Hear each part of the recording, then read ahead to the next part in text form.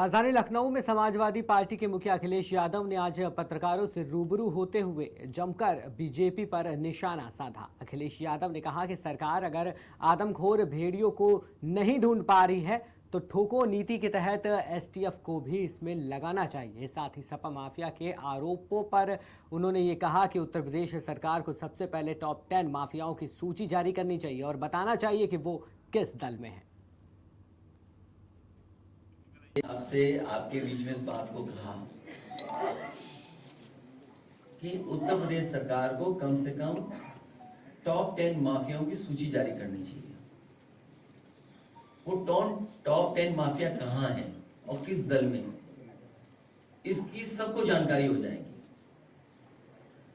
मुख्यमंत्री जी पहले मुख्यमंत्री हैं जिन्होंने अपने मुकदमे वापस लिए हैं, और कितने गंभीर मुकदमे लिए हैं, कितने गंभीर मुकदमे लिए हैं, ये हमारे आदरणीय माता प्रसाद पांडे जी सब जानते हैं उनके बारे में। और अगर विस्तार से सुनना चाहो तो मैं कहूं माइक उन्हें दे दूंगा। उन मुद्दों से ध्यान हटाने के लिए मुख्यमंत्री जी लगातार इस तरह की बातचीत कर रहे हैं। एक सवाल है सर अब तक सरकार आपके विधायकों पे भी आपके कार्यकर्ताओं पे बदले कार्रवाई कर रही है। जाहिर देख जो आपके एमएलए हैं उनकी नौकरानी की मौत पर अमेंडमेंट टू सुसाइड का मामला, क्योंकि हर एक के घर में कोई ना कोई काम करने वाला व्यक्ति या इस तरह का रहता है। कभी कोई घर परिवार वाला नहीं चाहेगा कि ऐसा हो जाए, उसके घर में ऐसी घटना हो जाए। उन्हें इसीलिए परेशान किया जा रहा है कि एक तो वो समाजवादी पार्टी है और दूसरा भारतीय जनता पार्टी को इससे लाभ मिलेगा हिंदू मुस्लिम डिवाइड करने में। ये पहले दिन से स्ट्रेटेजी है भारतीय जनता पार्टी की कि समाजवादी पार्टी को कैसे बदनाम किया जाए, और अगर कहीं कोई मुस्लिम है तो बदनाम समाजवादी पार्टी का कर दो। सर कल अयोध्या की जो रेप पीड़िता थी उससे मुलाकात हुई आपकी, सर क्या बात रही वहाँ? उसने मुझसे कहा कि सुरक्षा मिलनी चाहिए, उससे न्याय मिलना चाहिए, और जो दोषी है उनके खिलाफ कार्रवाई हो। उसकी नौकरी जो मंदिर परिषद में थी उसकी नौकरी न छीनी जाए, और उसके परिवार के ऊपर अननेसेसरी दबाव न बनाया जाए, क्योंकि सरकार कोशिश कर रही है कि दबाव बनाया जाए। क्योंकि वाइल्ड लाइफ मैनेजमेंट पे जो खर्चा होता है या समय समय पे जो सूचना मिलने पर सरकार खर्च करती है, आखिरकार वो अरबों रुपए का क्या हुआ पैसे का? क्या वजह है कि उनके अपने लोगों को बंदूक लेकर के निकलना पड़ रहा है? या हो सकता है कि जिन मंत्री का विभाग है उन्हें भी काम करने का मौका न मिल रहा, उन्हें काम करने न दिया जा रहा हो।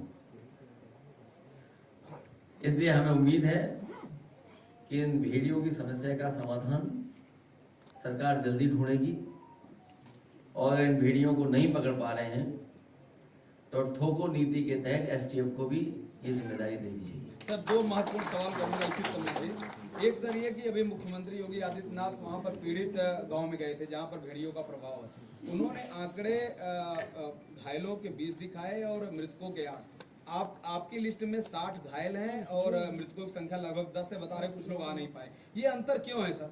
सरकार क्यों बताएगी या क्यों आंकड़े सही देगी? सरकार तो हर बात छिपाना चाहती है। अब इन जिलों में बाढ़ है, जितने भी हमारे तराई के क्षेत्र हैं सब में बाढ़ है। सीतापुर में बड़े पैमाने पर बाढ़ है, पीलीभीत में बड़े पैमाने पर नुकसान हुआ है, शाहजहांपुर से लेके जितना इलाका है बाढ़ से प्रभावित। और गोरखपुर खुद मुख्यमंत्री जी का जिला, वहां पे लोग महीनों से परेशान है बाढ़ के कारण। तो सरकार क्यों सच्चाई बताएगी? सरकार तो हर बात छिपाना चाहती है, और कभी कभी छिपाने के लिए हमारे मीडिया के साथियों का भी सहारा लेते हैं। हाँ, तो अभी सर मुख्यमंत्री जी मिल्कीपुर में है। दूसरा सवाल जो मेरा रह गया था, थोड़ा सा लंबा है, मैं कर दे रहा हूँ तो आप अच्छे से बता देंगे। इन्होंने कहा कि पहले सनातन आस्था से खिलवाड़ होता था, इनको तो विवादित ढांचा प्यारा था, ये राम भक्तों पर गोली चलाते थे, इनका सारा चिट्ठा खोलेंगे तो मुंह दिखाने लायक नहीं रहेंगे, समाजवादी पार्टी को अंधेरा पसंद है। क्या कहें सर इस तरह के आरोप लगाए मुख्यमंत्री जी ने बोला है? इधर मुख्यमंत्री जी और मुख्यमंत्री जी के स्टेटमेंट कुछ अलग तरह से आ रहे हैं। समाजवादियों ने और खासकर मैंने कभी किसी संत, किसी अपने महंत किसी सन्यासी के बारे में कुछ नहीं कहा। अगर उनको लगता है कि वो शब्द ऐसा है जिसका भाव वो किस रूप में ले रहे हैं, तो हम तो ये कहेंगे कि हमारे उत्तर प्रदेश के मुख्यमंत्री नहीं है, वो मठाधीश मुख्यमंत्री हैं। और फिर मठाधीश मुख्यमंत्री से उम्मीद भी क्या करोगे आप? इसी तरह की भाषा की उम्मीद करोगे? और ये एक दिन से नहीं हुआ है। जब से बीजेपी हारी है तब से कुछ संतुलन गड़बड़ा गया है। जब से भारतीय जनता पार्टी की सरकार उत्तर प्रदेश में बनी है, जानवरों, चाहे हमारे गांव हों, चाहे हमारे रहसी इलाका शहर हों, और चाहे हम नोएडा गाजियाबाद, और आपको याद होगा कि जिस समय चुनाव चल रहा था, देश के प्रधानमंत्री ने कहा था कि उत्तर प्रदेश में जानवरों की समस्या का समाधान हो जाएगा। और उन्होंने अपने भाषण में भी ये कहा कि हमारे पास पूरा रोड मैप तैयार है, इस समस्या का समाधान तुरंत हो जाएगा। लेकिन इधर हम लोग देख रहे हैं हर दिन कोई ना कोई एक्सीडेंट हो रहा है, जो सड़कों पे जानवर हैं उससे जान जा रही है। हमारा एक साथी जो यहाँ खड़े होकर के कह रहा है, ये सच्चाई है कि पूरे उत्तर प्रदेश में लगातार जो छुट्टा पशु हैं, जानवर हैं, उनकी वजह से जान जा रही है।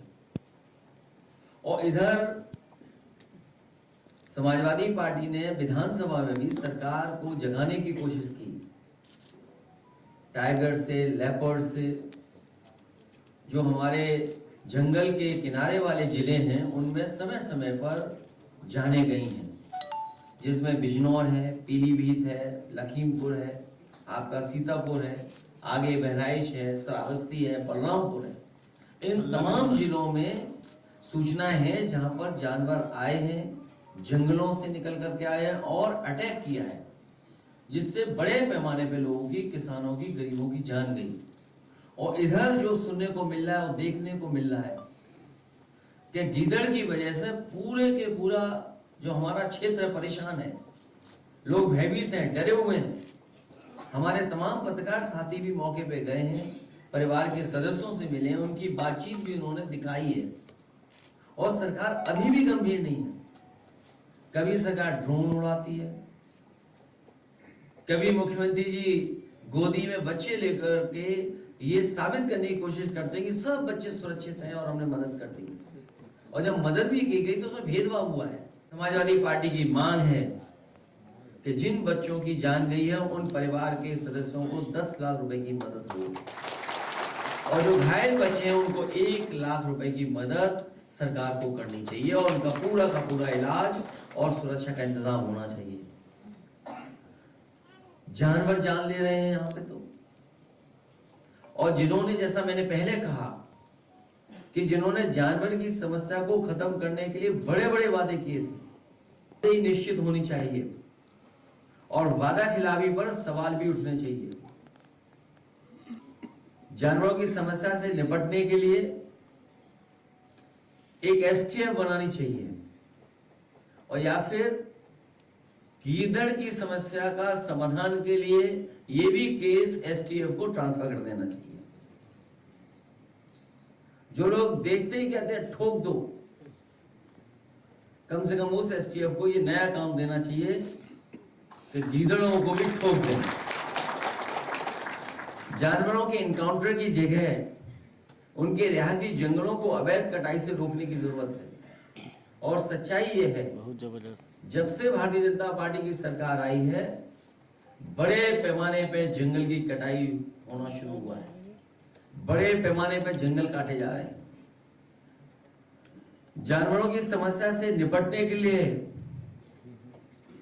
बुलडोजरी सोच से उभरना होगा।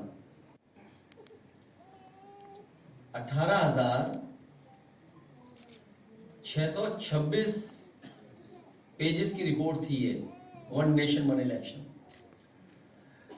और लगभग 100 पेजेस प्रतिदिन का आंकड़ा है अगर हम हिसाब किताब लगाएं तो। इसी से पता चलता है कि इसके बारे में कितना सतही पर दिखावटी चर्चा हुई होगी। तो सोचिए कितना चर्चा हुई होगी। अगर इतनी बड़ी रिपोर्ट थी 18,626 पेजों की, तो क्या चर्चा हुई होगी उस पर। दरअसल ये भाजपाई रिपोर्ट है जो तैयार हुई है। अब से आपके